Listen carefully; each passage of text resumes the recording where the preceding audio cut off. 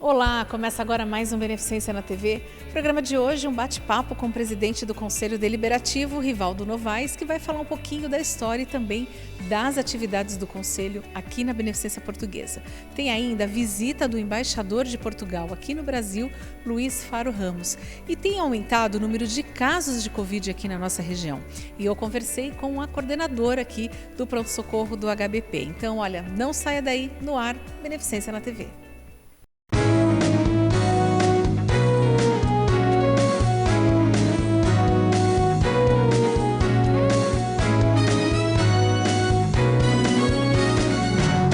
Beneficência na TV. Bom, a Beneficência de hoje vai falar, já que nós estamos já perto do final do ano de 2022, hoje o nosso convidado aqui é o presidente do Conselho Deliberativo da Beneficência Portuguesa, Rivaldo Novaes, que vai falar um pouquinho sobre o trabalho do Conselho durante esse ano de 2022. Seja bem-vindo, presidente. Obrigado. É um ano que a gente retomou as atividades de verdade mesmo, como ter uma interação maior, começamos a recuperar aquele costume de ir e vir, de poder estar numa sala, poder trocar ideias e não ficar cheio de medos, né, de contrair doenças. Então a gente conseguiu, tá assim, tentando conseguir que a atividade conselheiral retome como era antes da pandemia. Alguns têm a vocação de filantropia no sangue, né? Temos celeiras aí com arrecadação de fraldas, enfim, temos vários tipos de conselheiros, boa parte é idosa e, na medida do possível, o funcionamento retornou, com algumas dificuldades, mas vamos no caminho. 2023 é um ano que eu acho que a gente retoma o que nós estávamos fazendo em 2019 mesmo. Eu acho que vamos torcer para que essa nova cepa aí, essa mistura aí esse vírus inteligente que se modifica. Está sempre se evoluindo, mais que a gente, né? Pois é. Se a gente consegue impedir que ele fique crônico e nos permita ter mais facilidade de poder estar acompanhando, fiscalizando a gestão, ajudando a que o hospital mantenha a sua vocação. Hoje mesmo tivemos a presença do embaixador de Portugal. Isso nos traz um sentimento muito agradável de ancestralidade, de poder ver nossos laços com o continente europeu, de onde todos viemos. Isso tudo é muito bom, muito agradável, lembramos músicas portuguesas, né? Sempre a gente revê história, e não é que nós sejamos, vamos dizer assim, apegados ao passado, é que assim, o passado, quem não tem passado não tem futuro. E não tem história também, né? Quem não tem história, às vezes não tem para onde ir, né?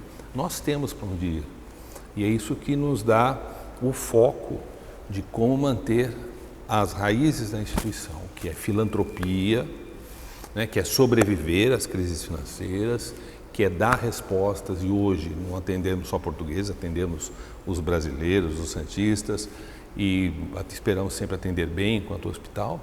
E nós do Conselho temos que ficar apoiando tudo aquilo que a diretoria tem feito, inclusive aqui o Salão Nobre foi modernizado, passou por uma reforma, hoje é o nosso primeiro dia, inaugurado com o embaixador. Teremos agora a reunião do Conselho, a nossa plenária, e vamos, enfim, dando a sustentação. Hoje faremos o planejamento do ano que vem, o que a gente pretende arrecadar, o que a gente pretende gastar, as perguntas, as sugestões. Agora, você comentou sobre as atividades do Conselho, né? Então, assim, tirando toda essa parte, reunião do Conselho, que tem que vir, tem que acompanhar, saber o que está acontecendo, planejamento de gastos, ter relatório do que foi gasto também. Mas quais são as outras atividades que o Conselho Deliberativo faz dentro da Beneficência? Então, é isso que nós estamos tentando recuperar, porque não é somente fazer as reuniões chamadas ordinárias. A gente tinha reuniões de comissões, várias comissões. A gente tem toda uma atividade cristã que é exercida aqui, né? Uma atividade cristã, católica, né? e que mesmo as missas foram suspensas, algumas missas tiveram que, passaram a ter, mas com pouca gente, então nós estamos tentando recuperar um calendário de atividades. Então, por exemplo, uma proposta que nós vamos trazer hoje à noite é fazer dentro das condições sanitárias possíveis e aguardadas, né, que vamos aguardar autorização para isso, visitar igrejas sacras em São Paulo, né? A nossa tradição, nós temos igrejas barrocas, eu estive lá, achei maravilhoso, estamos querendo propor que nós façamos uma pequena excursão de um dia, ter uma visita monitorada. Estamos aí pensando em preparar o 25 de abril do próximo ano, da Revolução dos Cravos.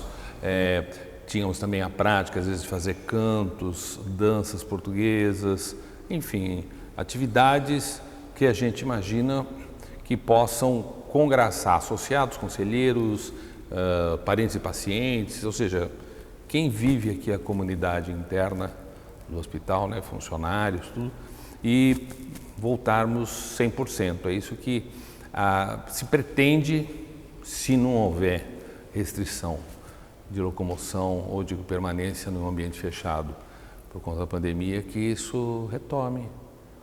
E 2024 teremos a renovação. Então, no final de 2023, 2024, haverá nova eleição de terço de conselho e vamos aí preparando, substituindo, retomando.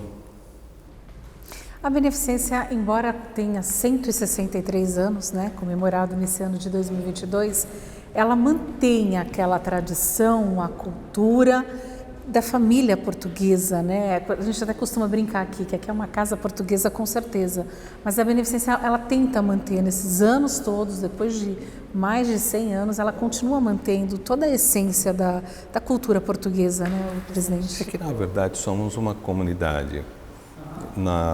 Por exemplo, agora, na recepção ao embaixador, tive um encontro com um senhor que se dirige a mim e fala: "Você é o Rivaldo, neto do Arthur?" Esse é meu avô. Comprou muita peça de automóvel e meu avô comprou muito parafuso na loja dele.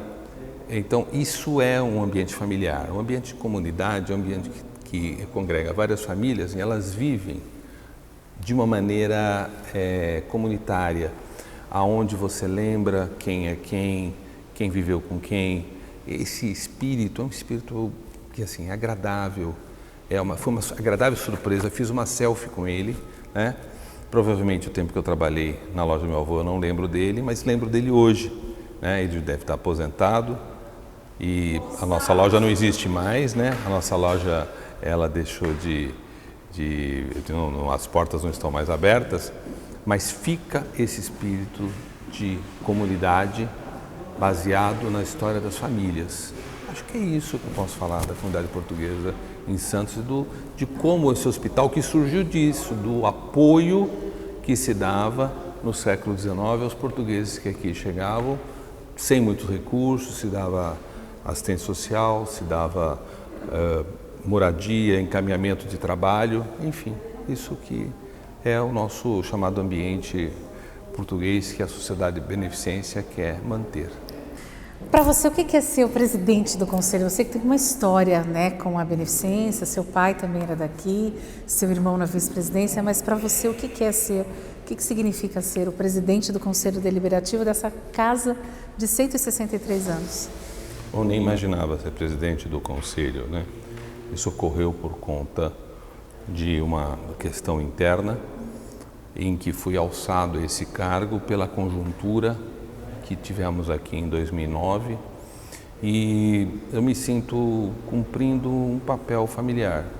Quem me trouxe para cá foi meu pai, ele que me pediu no final dos anos 90 que eu entrasse numa chapa de conselho, então fiz parte para dar continuidade a um empenho dele, essa era uma motivação de meu pai e eu fui apoiar sem a mesma disposição que ele tinha na época E fico sabendo, depois que estou aqui, que meu avô também participava, meu tio participava. Cheguei a ver uma foto de meu tio nessas cadeiras, né, nos anos 50. Então você a gente vê assim que a tradição familiar, né? E hoje quando eu vejo outras tantas pessoas aqui e que elas nos reconhecem como uma autoridade, elas confiam no nosso trabalho, eu acho que isso é uma responsabilidade que a gente tem. Nós temos pessoas aqui que são muitas aposentadas, muitas têm uma história e de repente essas pessoas aqui se congraçam, né?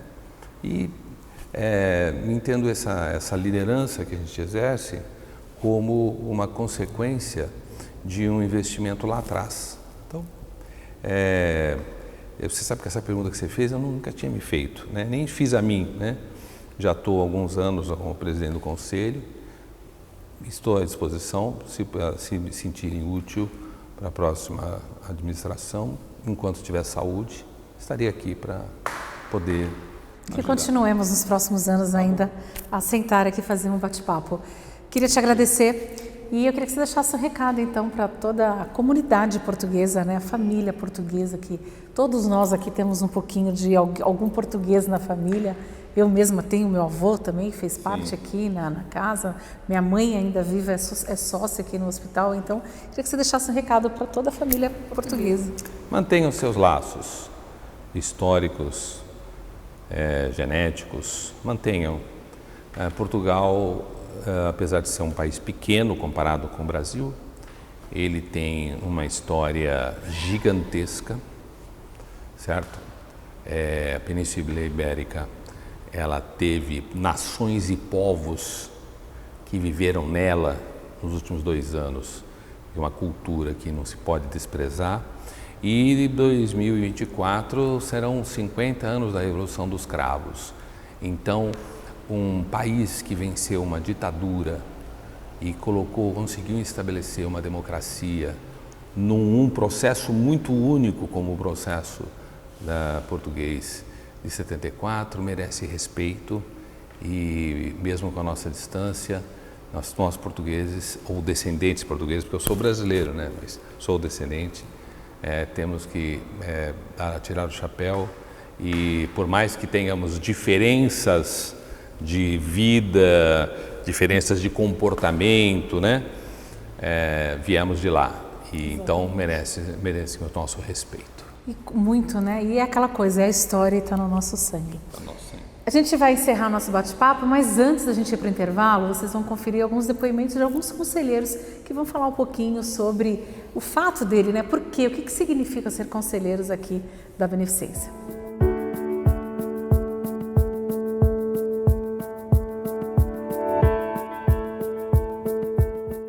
Eu sou, já por alguns anos eu fui conselheira, retornei ao conselho, já servi na mesa do conselho como secretária. Bom, já servia há alguns anos. A Beneficência estava um pouco afastada, retornei ao conselho, fui convidada para poder assumir agora esse período de 1 ano, que é a complementação da gestão, que o vice-presidente faleceu e estatutariamente nós temos que ser eleitos em assembleia. E hoje a assembleia me elegeu como vice-presidente, o que me deixa muito orgulhosa, eu ter sido lembrada, o meu nome ser lembrado para voltar a servir à mesa do conselho. Estamos aqui para servir.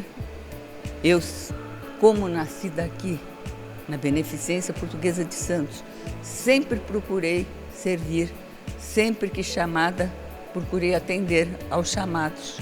E mais uma vez eu estou aqui para complementar esse tempo desse conselheiro que faleceu. Espero colaborar da melhor forma possível, dentro da previsão que eu vou tomar conhecimento agora de tudo qual é a pretensão da gestão, né? Eu tenho muito carinho realmente pelo nosso hospital, pela nossa beneficência portuguesa. Nasci neste hospital e caminho junto com a diretoria executiva e com o Conselho Deliberativo, com muito prazer, com muito orgulho e com muita responsabilidade de tudo que a gente pensa, organiza e executa. Há quanto tempo a senhora faz parte do Conselho? Há 28 anos. 28 anos eu procuro estar sempre presente, sempre atuando e sempre ajudando no que posso. É um orgulho muito grande, isso já vem de família, fazer parte de uma entidade secular que nem a Beneficência, que tem um trabalho de filantropia muito grande. Então, quando eu fui convidado, foi um orgulho muito grande. Então, para mim, ter um tempinho para poder vir aqui, analisar as contas, participar da sugestão, para mim é fundamental, muito bom.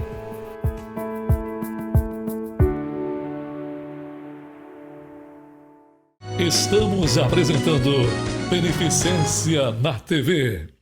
HBP, Hospital Beneficência Portuguesa, 163 anos de amor à vida. Projetado para cuidar de você. Investimento em alta tecnologia, com aquisição de um moderno tomógrafo com inteligência artificial. Um novo pronto-socorro cardiológico 24 horas. Implantou unidades ambulatoriais e o pronto atendimento do Hospital do Coração. HBP, 163 anos de amor à vida. Um novo hospital projetado para cuidar da sua saúde.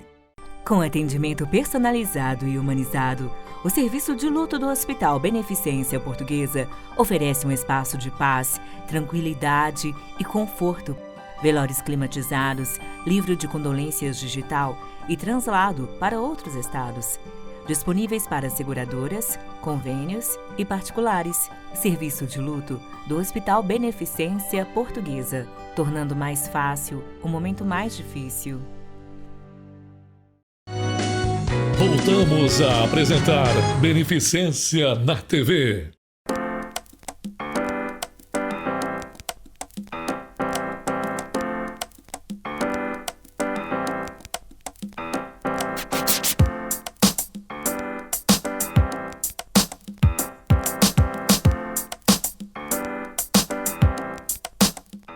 Embaixador, eu queria que o senhor falasse da importância das comunidades portuguesas aqui no Brasil. Olha, em primeiro lugar, dizer que é um grande prazer, uma grande satisfação para mim ter a minha primeira visita de trabalho a Santos. Eu já cá tinha estado na qualidade de Presidente do Instituto de Camões, uns anos atrás, mas como embaixador é a primeira vez que estou nesta cidade e é a primeira vez que estou nesta beneficente que faz um trabalho fantástico. Tive a oportunidade de parabenizar o Presidente e a diretoria pelo trabalho que vem fazendo em ajuda também na parte social à comunidade portuguesa, à comunidade lusodescendente e às autoridades brasileiras. A comunidade portuguesa no Brasil é enorme, é uma comunidade que, entre portugueses de primeira geração, lusodescendentes e também pessoas que estão procurando a cidadania, já é superior a 1 milhão de pessoas, é a nossa segunda maior comunidade pelo mundo fora. Aqui em Santos temos uma comunidade muito grande também, inscritos temos mais de 50 mil compatriotas nossos, então é importante estar aqui. E o trabalho de instituições como esta, onde estamos aqui falando, na área da saúde, na área da assistência social, na área da solidariedade para com as pessoas mais carenciadas, é da maior importância. Então eu gostaria de dar os parabéns a esta instituição, que já tem mais do que 150 anos, está celebrando, aliás, amanhã o seu aniversário.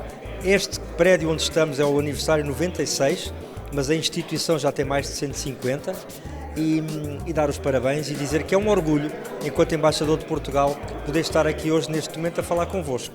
Agora, o senhor falou da procura pela cidadania, né?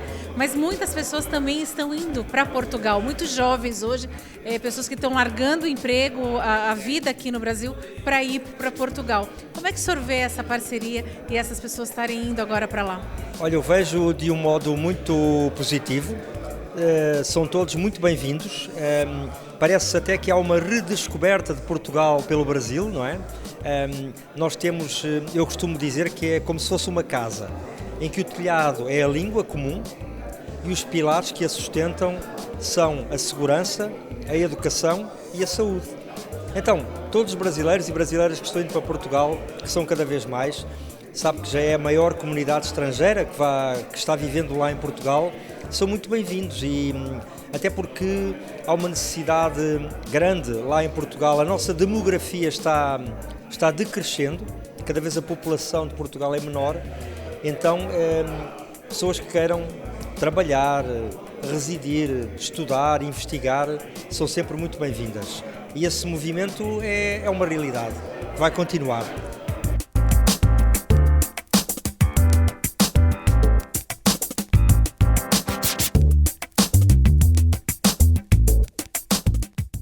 Olha, para a Beneficência é uma visita muito importante, né? Até pelas nossas origens, né?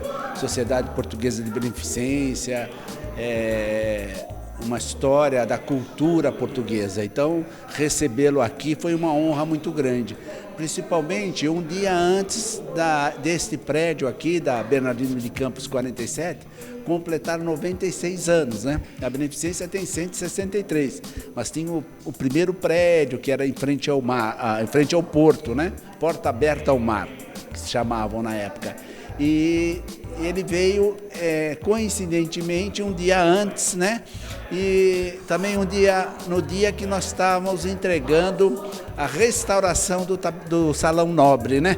Que recebeu uma remodelação dos pisos, foram remodeladas as cadeiras, novas pinturas, infiltrações, enfim, coincidiu tudo. Então para nós foi um momento muito bom, né? Ele inclusive fez uma anotação no livro de ilustres presenças, né? Que temos nesse livro aí a Sua Majestade Dom Pedro II, a Princesa Isabel, por 2 vezes assinaram esse livro de visita à Beneficência Portuguesa. Tamanha era a sua importância e continua. Então o embaixador representa tudo isso. Então para nós foi um dia de festa, a presença do embaixador. Conversamos sobre uma possível intercâmbio também na parte médica, na parte de enfermagem, talvez com o Hospital de Lisboa, com a Beneficência, como já tivemos no passado. Já tivemos também um intercâmbio em Brasília das comunidades portuguesas, talvez em busca de novas tecnologias, em compras, em procedimentos, enfim, tudo aquilo que traz agilidade e transparência, vamos dizer assim, para que essas instituições se modernizem e estejam sempre à frente do mercado. Também foi conversado sobre isso. Olha, uma visita maravilhosa, um embaixador, ele é muito simples, uma pessoa gostosa de conversar também, sabe? Enfim, uma pessoa que preserva a representação de Portugal no Brasil com muita galhardia. Então, para nós, como eu falei, foi muito importante esse momento e esse dia.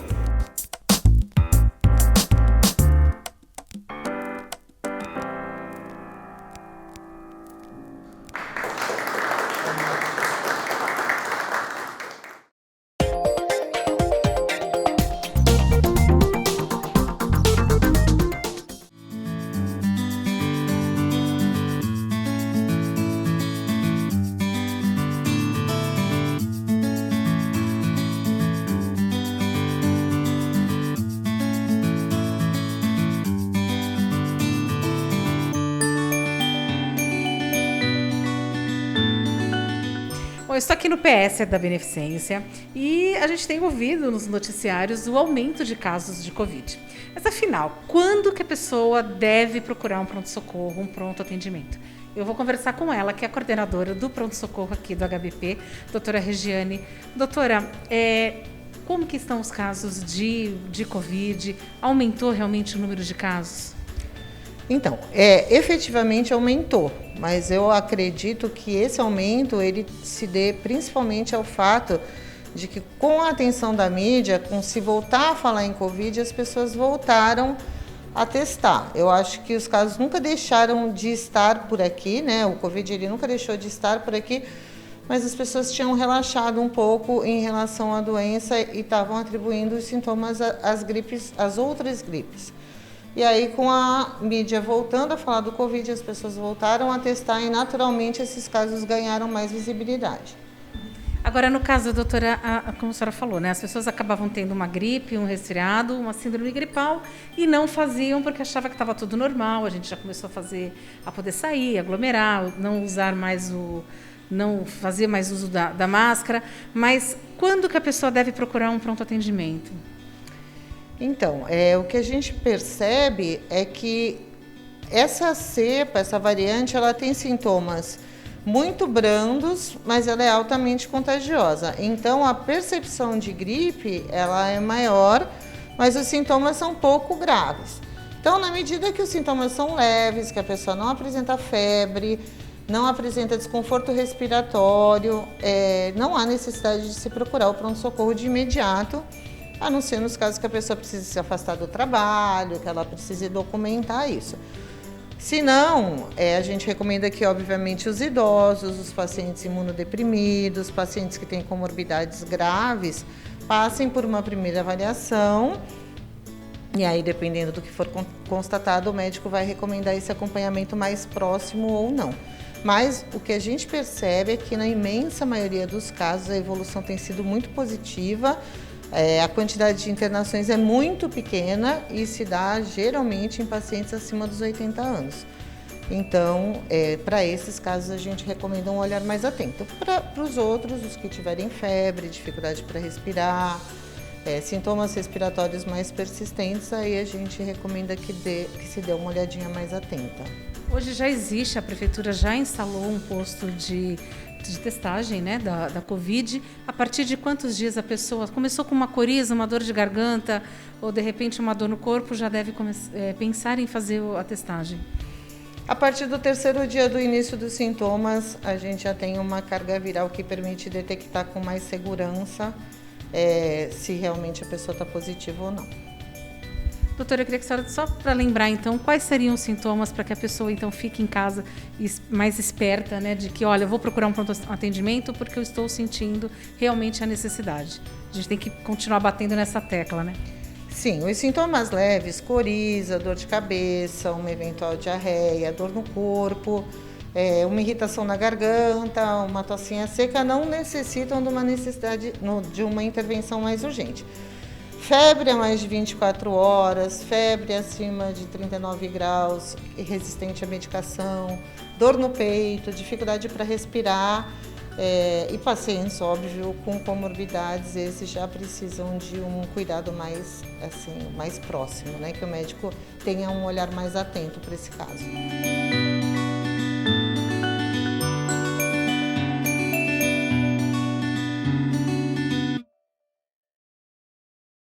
E esse foi o Beneficência na TV de hoje. Espero que você tenha gostado. E como eu sempre falo, se você quiser rever esse, outros programas, outras matérias, é só acessar as nossas redes sociais. Olha, os endereços estão aparecendo no seu vídeo. E na próxima semana, nesse mesmo dia e nesse mesmo horário, eu te espero para mais um Beneficência na TV. Até lá!